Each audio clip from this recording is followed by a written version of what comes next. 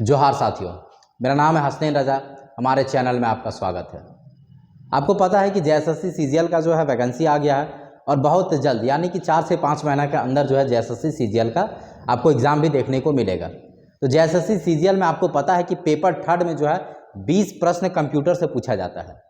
तो ये कंप्यूटर का कोर्स जो है आपको यही यूट्यूब के माध्यम से कंप्लीट हो जाएगा, यानी कि हमारे चैनल के माध्यम से आपको पूरा कोर्स कंप्लीट कराया जाएगा कंप्यूटर पोर्शन का। तो अभी तक अगर आप हमारे चैनल को सब्सक्राइब नहीं किए हैं तो सबसे पहले सब्सक्राइब कर लीजिए। उसके बाद जो है जो भी वीडियो यहाँ पर अपलोड किया जाएगा वो सारा वीडियो जो आपको यूट्यूब के माध्यम से मिल जाएगा। झारखंड जीके का भी क्लास आपको यहाँ पर फ्री ऑफ कॉस्ट मिल जाएगा। उसके साथ साथ जो है कंप्यूटर का भी क्लास आपको यहाँ पर फ्री ऑफ कॉस्ट मिल जाएगा। तो कंप्यूटर का क्लास आपको पता है कि पेपर थर्ड यानी कि 3 पेपर होता है जेएसएससी सीजीएल में, पेपर 1, पेपर 2, पेपर 3। पेपर 1 तो क्वालिफाइंग नेचर का होता है जो कि आपका हिंदी और इंग्लिश है। पेपर 2 आपका लैंग्वेज पेपर है। जिस पेपर का आप चयन कीजिएगा उसी पेपर से जो आपका 100 प्रश्न पूछा जाएगा। और पेपर 3 में जो है टोटल 150 प्रश्न पूछा जाएगा, जिसमें से 40 प्रश्न झारखंड जीके से, 30 प्रश्न जो आपका 30 प्रश्न जीके से, जीके और जीएस से पूछा जाएगा, 20 प्रश्न जो आपका कंप्यूटर से, 20 प्रश्न जो आपका साइंस से, 20 प्रश्न जो आपका मैथ और रीजनिंग से, यानी कि टोटल जो है 150 प्रश्न पूछा जाएगा। तो इसी कंप्यूटर के बारे में आज हम लोग जानते हैं, जहां से आपका 20 प्रश्न जो है आने वाला है। और अगर आप बढ़िया से तैयारी करते हैं तो मुझे पूरा विश्वास है कि 15 से 16 मार्क्स जो है कंप्यूटर में लाया जा सकता है, पॉसिबल है। अगर आप झारखंड जीके का देखिएगा तो 80 से 90% लाना बहुत मुश्किल है। अगर आप जीके देखते हैं, जीएस देखते हैं तो 80 to 90% लाना बहुत मुश्किल है। लेकिन कंप्यूटर एक ऐसा सब्जेक्ट है जहां पर आप जो है 15 से 16 यानी कि 80% से प्लस भी आप मार्क्स ला सकते हैं। इसीलिए कंप्यूटर में विशेष ध्यान देने की ज़रूरत है और 20 प्रश्न जो है सीधा कंप्यूटर से पूछा जा रहा है। तो चलिए आज हम लोग सबसे पहले जो है कंप्यूटर का परिचय देख लेंगे। कंप्यूटर में जो हमें कौन कौन सा विषय सूची के बारे में देख लेंगे, कौन कौन सा विषय पढ़ना है, कौन कौन सा चैप्टर पढ़ना है, उस चैप्टर के बारे में जान लेंगे। और उसके बाद जो है कल से हम लोग पूरा डिटेल एक एक करके क्लास समाप्त करते जाएंगे, यानी ख़त्म करते जाएंगे। और हमको लगता है कि 30 से 35 क्लास में जो है कंप्यूटर को ख़त्म किया जा सकता है। बाकी आप एमसीक्यू प्रैक्टिस करते रहिए, जिससे जो है आप आराम से कंप्यूटर आपका कंप्लीट हो जाएगा। बहुत टफ क्वेश्चन यहाँ से नहीं रहता है। अगर आपने डीसीए टेली वगैरह किया हो तो आसानी होगा आपको पढ़ने में। ठीक है, तो चलिए सबसे पहले हम लोग देखते हैं विषय सूची, यानी कि कंप्यूटर जो हम लोग पढ़ने वाले हैं उसमें कौन कौन सा टॉपिक रहेगा, कौन कौन से टॉपिक से जो है जेएसएससी सीजीएल में प्रश्न बनने वाला है, उससे हम लोग आज देख लेते हैं। उसके बाद जो है हम लोग कल से कंप्यूटर परिचय के बारे में पढ़ेंगे। तो सबसे पहला जो हमारा चैप्टर पढ़ना होता है वो हमें कौन सा पढ़ना होता है, वो हमें पढ़ना होगा आपका कंप्यूटर का परिचय। सबसे पहला हमें कौन सा चैप्टर पढ़ना होता है, कंप्यूटर का परिचय। इंग्लिश में इसको क्या बोलते हैं, introduction of computer, introduction of computer. दूसरा हमारा चैप्टर है कंप्यूटर का उद्भव और विकास, जिसे कहते हैं evolution and development of computer. तीसरा हमारा है कंप्यूटर की कार्य पद्धति, कंप्यूटर का कार्य प्रणाली, कंप्यूटर कार्य कैसे करता है उसके बारे में हम लोग जानेंगे। कंप्यूटर का कार्य करना प्रणाली के बारे में आपको पता होगा कि सबसे पहले इनपुट किया जाता है, उसके बाद प्रोसेस होता है, जो हम लोग निर्देश देते हैं उसके अकॉर्डिंग प्रोसेस होता है, फिर आउटपुट होता है और आउटपुट के बाद जो उसे हम लोग मेमोराइज यानी उसे सेव करके रख सकते हैं। ये कार्य पद्धति होता है, इसके बारे में पूरा डिटेल हम लोग को पढ़ना होता है। चलिए अगला हम लोग देखते हैं। अगला हमारा चौथा चैप्टर है इनपुट और आउटपुट डिवाइस। ठीक है, इनपुट और आउटपुट डिवाइस के बारे में पढ़ना होता है। कंप्यूटर में कौन सा इनपुट डिवाइस है, जैसे कि मॉनिटर, मॉनिटर क्या है, एक तरह का आपका आउटपुट डिवाइस है। कीबोर्ड क्या है, इनपुट डिवाइस है। माउस क्या है, इनपुट डिवाइस है। ठीक है, प्रिंटर क्या है, एक आउटपुट डिवाइस है। इस तरह से प्रश्न पूछा जाता है। कौन सा डिवाइस आपका इनपुट है, स्पीकर क्या है, एक आउटपुट डिवाइस है। माइक क्या है, एक इनपुट डिवाइस है, यानी कि माइक में जब हम बोलते हैं तो कंप्यूटर में क्या जाता है, निर्देश जाता है, तो वो क्या हो गया, इनपुट डिवाइस हो गया।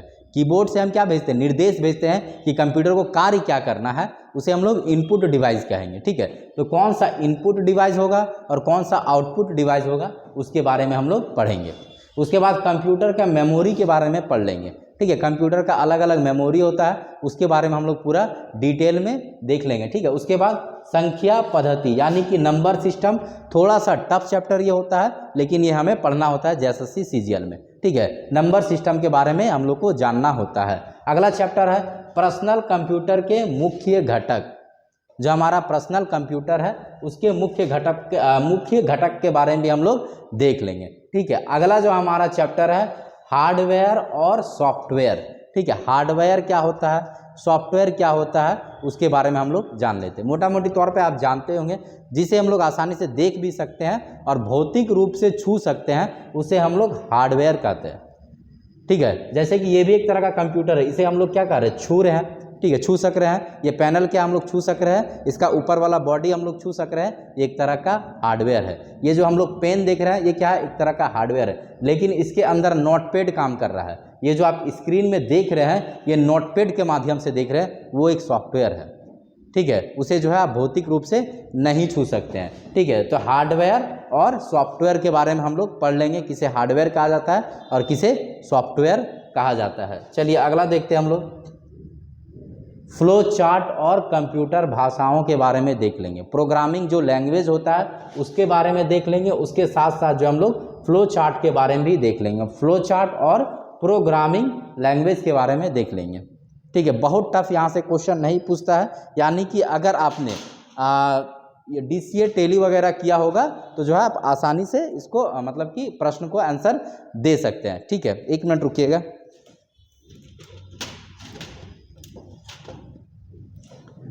चलिए अगला हमारा है डाटा तथा डाटाबेस मैनेजमेंट सिस्टम। ठीक है, data and database management system. उसके बाद अगला चैप्टर है हमारा कंप्यूटर नेटवर्क। ठीक है, नेटवर्क के बारे में आप तो जानते ही होंगे। ठीक है, नेटवर्क के बारे में हम लोग को पढ़ना होता है, उसके साथ साथ जो है नेटवर्क तथा डेटा सुरक्षा के बारे में भी पढ़ना होता है। ठीक है, नेटवर्क एंड डाटा सिक्योरिटी के बारे में भी पढ़ना होता है। ठीक है, ये भी हमारा चैप्टर का हिस्सा है।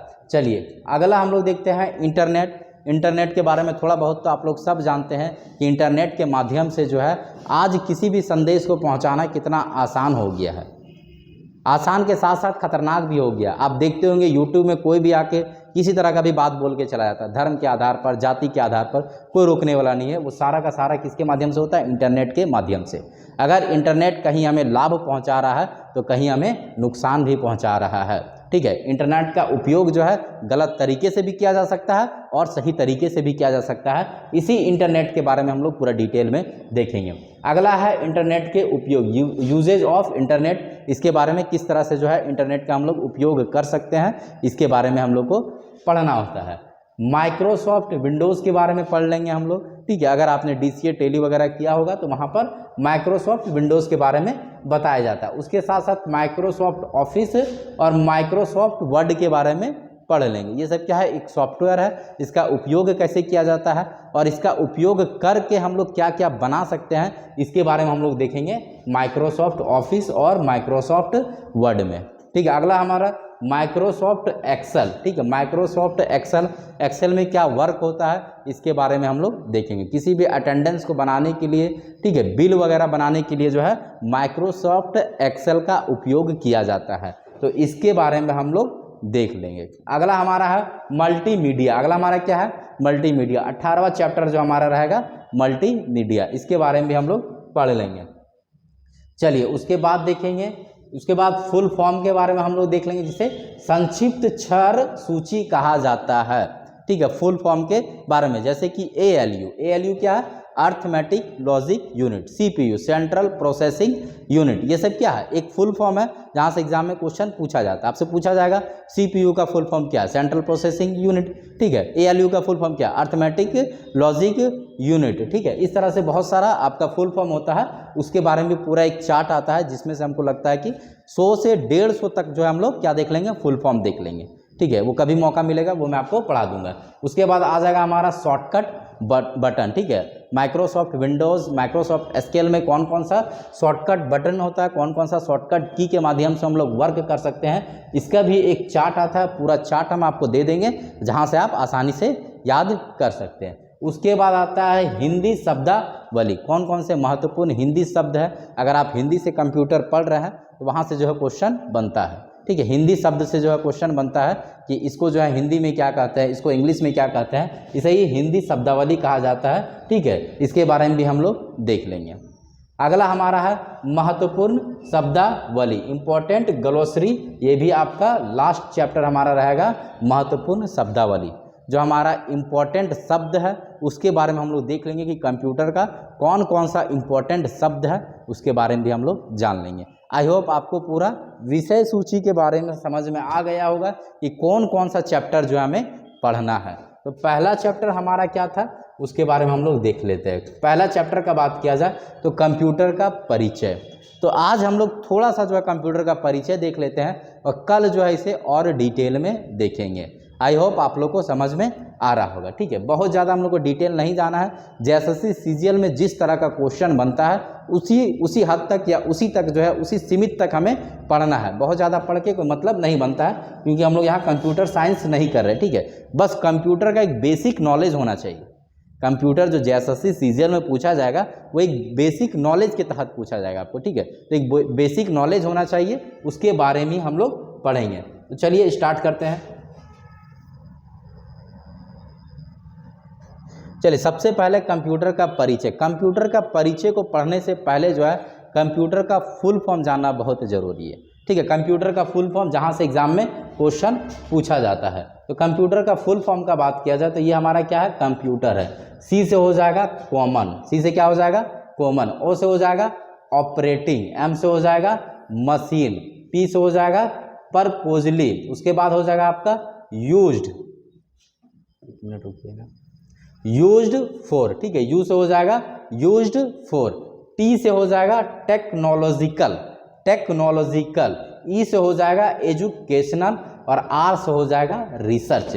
ये हमारा कंप्यूटर का फुल फॉर्म है। सबसे पहले हम लोग को क्या जानना होता है, कंप्यूटर का फुल फॉर्म जानना होता है। कॉमन, ऑपरेटिंग, मशीन, परपोजली, ठीक है, used for, technological, educational, research, ये कंप्यूटर का फुल फॉर्म है जो कि एग्जाम में पूछा जा सकता है, ठीक है। ये आपको याद रखने की ज़रूरत है। उसके अलावा कुछ चीज़ों के बारे में हम लोग जान लेते हैं, उसके बाद हम लोग आगे बढ़ेंगे। सबसे पहले कंप्यूटर को हिंदी में क्या कहते हैं, कंप्यूटर को हिंदी में क्या कहा जाता है उसके बारे में हम लोग जान लेते हैं। कंप्यूटर को अगर हिंदी में बात किया जाए तो इसे संगणक कहा जाता है। इसको क्या कहा जाता है, संगणक कहा जाता है। और इसके साथ साथ जो है इसे गणक के नाम से भी जाना जाता है, ठीक है। हिंदी में कहीं गणक भी देखने को मिल सकता है और कहीं संगणक भी देखने को मिल सकता है, जिसका अर्थ होता है, इसका संगणक का अर्थ क्या होता है, गणना करना, गणना करना। गणना करना मतलब क्या, एक तरह का गिनती करना, ठीक है, गणना करना। संगणक का अर्थ क्या होता है, गणना करना। ये चीज़ आप याद रखिएगा। ये सबसे पहले हमने क्या देखा, कंप्यूटर का हिंदी नाम, हिंदी में इसको क्या कहता है, संगणक कहा जाता है, ठीक है। संगणक के साथ साथ गणक भी कहा जाता है, कहीं इसे संगणक भी कहते हैं और कहीं इसे गणक भी कहा जाता है। ये पहला हो गया।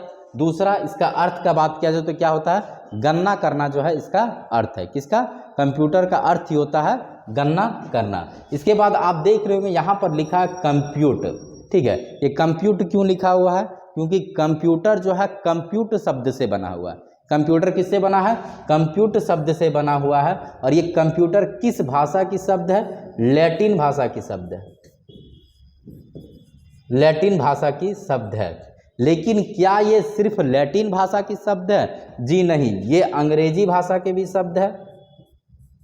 अंग्रेजी में भी कंप्यूट को कंप्यूट ही कहा जाता है, यानी कि गणना करना कंप्यूट ही कहलाता है, ठीक है। उसके बाद ये जो आपका ग्रीक भाषा के भी शब्द है, यानी कि ये 3 भाषा की शब्द है। ये जो कंप्यूट है ये 3 भाषा की शब्द है और इसी से जो है कंप्यूटर बना हुआ है। लैटिन भाषा का भी शब्द है, ग्रीक भाषा का भी शब्द है और अंग्रेजी भाषा का भी शब्द है। अब आप बोलिएगा सर एग्जाम में अगर पूछा जाए कि कंप्यूट जो है किस या कंप्यूटर किस भाषा के शब्द से बना हुआ, कंप्यूटर जो है किस भाषा के शब्द से बना हुआ है, ऑप्शन में रहेगा लैटिन भाषा, ठीक है, इटालियन भाषा, यूरोपियन भाषा, हिंदी भाषा। तो आंसर क्या मार दीजिएगा, लैटिन भाषा। लेकिन अगर लैटिन और अंग्रेजी दोनों ऑप्शन में दे दे उस समय आप क्या मारिएगा, देखिए पहले जो है ज़्यादा लैटिन भाषा ही आंसर मारा जाता था, लेकिन अभी कुछ सालों से देखा जा रहा है इसे अंग्रेजी भाषा के साथ जोड़ा गया है। कंप्यूट को जो है अंग्रेजी भाषा के साथ जोड़ा गया है, यानी कंप्यूट जो है एक अंग्रेजी भाषा की शब्द है। अगर एग्जाम में आपसे पूछे तो और ऑप्शन में अगर लैटिन रहे, अंग्रेजी नहीं रहे तो आपको लैटिन मारना है। लेकिन अगर ऑप्शन में अंग्रेजी दे देता है तो आपको अंग्रेजी मारना है, यानी कि कंप्यूट जो है आपका अंग्रेजी भाषा की शब्द है और इसका अर्थ होता है गणना करना। कंप्यूट का अर्थ क्या होता है? गणना करना, और इसी शब्द से बना है आपका कंप्यूटर। ये चीज़ आप याद रखिएगा। आई होप आप लोग को समझ में आ रहा होगा। चलिए अगला थोड़ा सा देख लेते हैं। मैंने बताया कि अर्थ इसका क्या है? गणना करना जो है इसका अर्थ होता है किसका? कंप्यूट का अर्थ होता है। किस भाषा का शब्द है उसके बारे में हम लोग देख लिए। कार्य प्रणाली के बारे में थोड़ा देख लेते हैं, यानी कि ये कार्य कैसे करता है, कंप्यूटर जो है कार्य कैसे करता है उसके बारे में जान लेते हैं। देखिए कंप्यूटर में जो है सबसे पहले आपका क्या किया जाता है? इनपुट किया जाता है। जब भी हम कंप्यूटर में कार्य करते हैं तो सबसे पहले हम क्या करते हैं? इनपुट करते हैं। देखिए ये आपका क्या है? ये भी एक तरह का कंप्यूटर है। ये जो मैं बोर्ड में आपको पढ़ा रहा हूँ क्या है? एक तरह का कंप्यूटर ही है। इसमें हम क्या करते हैं? इनपुट करते हैं। ठीक है, मैंने इसको कहा कि कार्य प्रणाली लिखो, तो मैंने कार्य प्रणाली लिख दिया, ये इनपुट हो गया। उसके बाद बहुत तेज़ी में वो प्रोसेस करता है और तुरंत हमें ये आउटपुट करके दिखा देता है। तुरंत ये हमें क्या करता है? आउटपुट करके दिखा देता है, और जैसे हम चाहे इसे सेव कर सकते हैं। एक एग्जांपल हम आपको और देते हैं, जैसे कि यहाँ पर कंप्यूटर, ये कंप्यूटर, इसको मैंने जो है टाइप नहीं किया है, कंप्यूटर को मैंने क्या किया? लिखा। इसको इनपुट भेजा, लिख के मैंने इसको इनपुट भेजा कि हम जो है यहाँ पर कंप्यूटर लिखेंगे। कंप्यूटर लिख दिया। अब देख सकते हैं उसने इनपुट ले लिया, वो समझ गया कि हमको इसको प्रोसेस करके कंप्यूटर को लिख के देना है बढ़िया राइटिंग से। ठीक है, तो उसने प्रोसेस किया और प्रोसेस करने के बाद जो है मुझे आउटपुट दे दिया, कंप्यूटर लिख के यहाँ पर आ चुका है। कोई भी चीज़ आप कंप्यूटर में, जैसे कि मान लीजिए अपना पिक आप एडिट कर रहे हैं, तो पिक को वहाँ पर लगाएं, सबसे पहले कंप्यूटर में इनपुट किए, उसके बाद आपने निर्देश भेजा कि ये जो पिक है ना इसको गोरा करना है। कोई भी बटन होगा गोरा करने के लिए, दबाएं जैसे, तो कंप्यूटर के पास क्या चला गया? निर्देश चला गया कि इस फोटो को जो है गोरा करना है। वो तुरंत क्या क्या प्रोसेस करके उस फोटो को गोरा कर दिया और आपको आउटपुट करके आपके स्क्रीन में दिखा दिया। ठीक है, इसे ही ये क्या है? आपका कंप्यूटर का कार्य प्रणाली है। यानी कि सबसे पहले वो इनपुट लेता है, हम इसको इनपुट भेजते हैं, उसके बाद कंप्यूटर प्रोसेस करता है, उसके बाद हमें वो आउटपुट देता है, और चाहे तो हम उसे सेव कर सकते हैं, यानी कि मेमोराइज कर सकते हैं। ये भी चीज़ आप याद रखिएगा। तो ये कंप्यूटर का प्रणाली हो गया, कार्य प्रणाली हो गया। सबसे पहले क्या होगा? इनपुट। ठीक है, उसके बाद क्या होगा? प्रोसेस। उसके बाद क्या होगा? आउटपुट। उसके बाद क्या होगा? आउटपुट। सबसे पहले इनपुट, प्रोसेस होगा और आउटपुट होगा। ये प्रोसेस के लिए जो है हम निर्देश भेजते हैं। यहाँ से क्या भेजते हैं? निर्देश भेजते हैं कि उसको क्या प्रोसेस करना है। कंप्यूटर तो अपने काम करता नहीं, अभी आर्टिफिशियल इंटेलिजेंस आ गया है, उसके माध्यम से कार्य होता है। लेकिन पहले और अभी का जो 5th जनरेशन हमारा कंप्यूटर है, उसके लिए हमें निर्देश भेजना पड़ता है। मान लीजिए कि हमको 2 और 2 जोड़ना है, तो 2 पहले हम इनपुट किए, फिर प्लस को उसको निर्देश भेजे कि इसको प्लस करना है, फिर हमने इनपुट कर दिया 2, तो आंसर हमको देके क्या दे रहा है? 4, यानी कि वो हमको आउटपुट क्या दिया? 4 दिया। ये कंप्यूटर का कार्य प्रणाली है। सबसे पहले